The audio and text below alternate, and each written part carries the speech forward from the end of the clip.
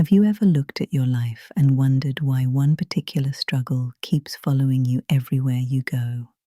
Maybe it's overwhelm, maybe it's indecision, maybe it's exhaustion, people-pleasing, loneliness, perfectionism, emotional intensity, or the feeling that you're always trying harder than everyone else just to stay balanced.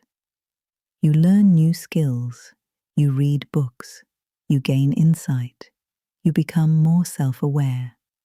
Yet somehow the same challenge keeps returning in different forms. Different relationships, different jobs, different situations. The details change, but the pattern remains. What if the problem is not that you're broken? What if the problem is not that you're failing? What if there is simply a part of your inner structure that has never been fully developed? One of the most fascinating ideas in Kabbalah is that human beings are not random collections of personality traits. We are structured. We are built from patterns. We contain different forces that must learn to work together. The Tree of Life describes these forces through the Sefirot. Each Sefira represents a fundamental aspect of consciousness and human experience. Wisdom, understanding, compassion, boundaries, endurance, humility, connection, manifestation. When these forces are balanced, life tends to feel coherent, not perfect, but coherent. When one force becomes dominant and another remains underdeveloped, tension appears. Often the struggle we experience is not caused by the force we have too much of. It is caused by the force we are missing. This is particularly important for highly sensitive and neurodivergent women because many of you naturally develop certain parts of the system far more than others. You may have extraordinary intuition but weak boundaries, deep empathy but little self-protection, endless ideas but difficulty grounding them into reality, powerful insight but trouble trusting your own decisions.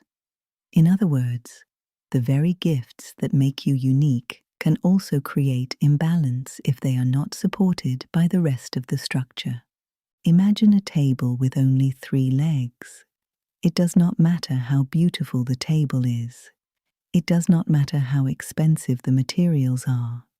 The missing leg will eventually become obvious. The same is true psychologically and spiritually. Most people spend years trying to strengthen the legs that already exist while ignoring the one that is missing. For example, many highly sensitive women live primarily through chesed, the Sefira of openness, generosity, love, and expansion. They feel deeply, they care deeply, they want harmony, they naturally understand other people's emotions. They often become the emotional support system for everyone around them. On the surface, this looks like a gift, and it is.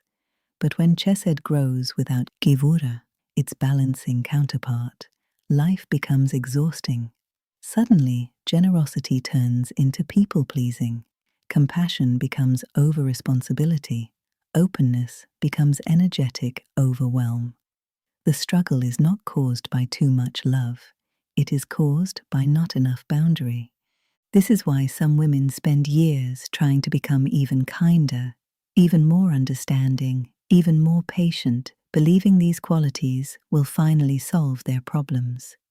Yet the missing ingredient is not more compassion. It is the ability to say no, gevura. It is structure. It is containment. It is recognizing that love without boundaries eventually becomes depletion. Others experience the opposite pattern. They have developed strong gevura. They are disciplined, independent, responsible. They carry enormous amounts of responsibility without complaint. People rely on them because they appear strong, yet internally they may feel disconnected from joy, spontaneity, and trust. Life becomes rigid. Every decision feels serious. Rest feels uncomfortable. Receiving support feels unnatural.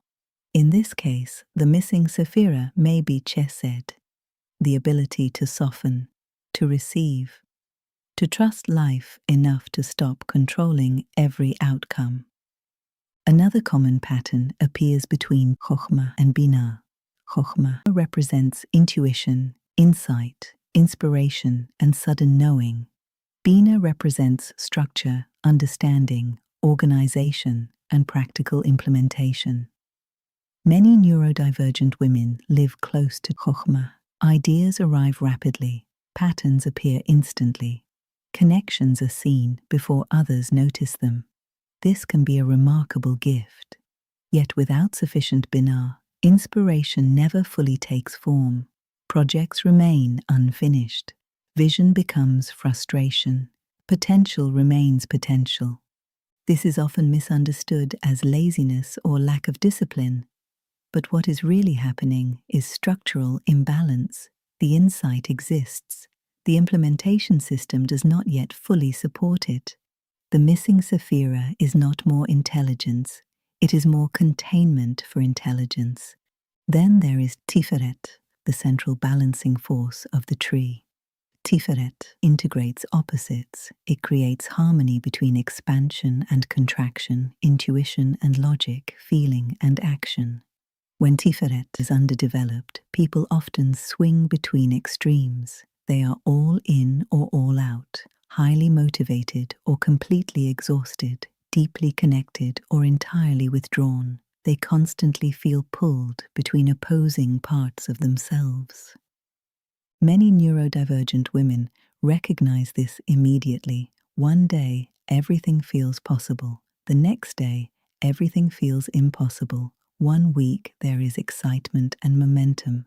The following week, there is collapse. The problem is not necessarily the highs or the lows. The problem is the missing center. Tiferet provides the ability to hold multiple truths simultaneously without being torn apart by them. Further down the tree, we encounter Netzach and Hod. These two Sefirot are often overlooked, yet they explain many recurring life struggles. Netzach represents drive, persistence, courage, ambition, and forward movement. Hod represents reflection, humility, observation, and refinement. Someone with strong Hod but weak Netzach may spend years preparing without acting. They gather information endlessly. They analyze every possibility. They wait until they feel ready. Yet readiness never fully arrives. Life remains trapped in planning. Someone with strong Netzach but weak Hod experiences the opposite. They move constantly, they push forward, they start new projects enthusiastically, yet they rarely pause long enough to evaluate whether they are moving in the right direction. They become exhausted from endless motion. Again, the struggle is often not located where people think it is. The issue is not too much reflection or too much action. It is the missing balancing force. Then we reach Yesod, one of the most important Sefirot for modern life. Yesod is the bridge between inner experience and external reality. It governs integration, embodiment, connection, and the ability to translate inner truth into lived experience. Many spiritually inclined people spend years exploring ideas, healing modalities, personal growth systems, astrology, archetypes, or psychology. Yet nothing seems to fundamentally change. Why? Because insight alone does not create transformation. Transformation requires integration. A weak Yesod often looks like knowing exactly what you should do, but struggling to consistently live it. You understand boundaries, but do not enforce them. You know what regulates your nervous system, but forget to practice it. You have clarity, but not embodiment. The missing Safira is not knowledge, it is integration.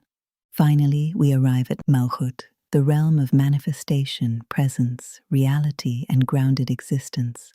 Malchut is where all the higher energies become tangible. Without Malchut, life remains theoretical. Dreams stay dreams. Wisdom stays wisdom. Vision never enters the world. Many highly intuitive women unconsciously avoid Malchut because it feels less exciting than inspiration. Reality is slower than imagination. Implementation is slower than vision. Yet every spiritual tradition eventually points toward the same truth. Transformation must become lived experience. Otherwise, it remains abstraction. The beautiful thing about the tree of life is that it shifts the question entirely. Instead of asking, "What is wrong with me?" we begin asking, "What is missing from my structure?" Instead of seeing ourselves as flawed, we begin seeing ourselves as incomplete systems that are still developing.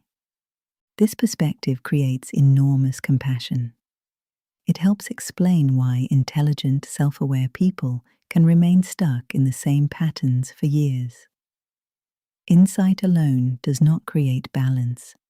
Awareness alone does not create structure. Growth occurs when the missing piece is consciously strengthened. So if you find yourself repeating the same struggle over and over, consider a different possibility. Maybe the struggle is not the problem. Maybe the struggle is the clue. Maybe it is pointing directly toward the Sefira that wants your attention. The people pleaser may need Gevura. The perfectionist may need Chesed. The dreamer may need Bina. The overthinker may need Netzach. The spiritual seeker may need Yesod. The visionary may need Malchut.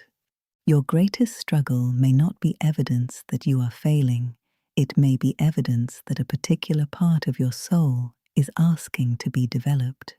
And perhaps that is one of the most hopeful ideas in Kabbalah.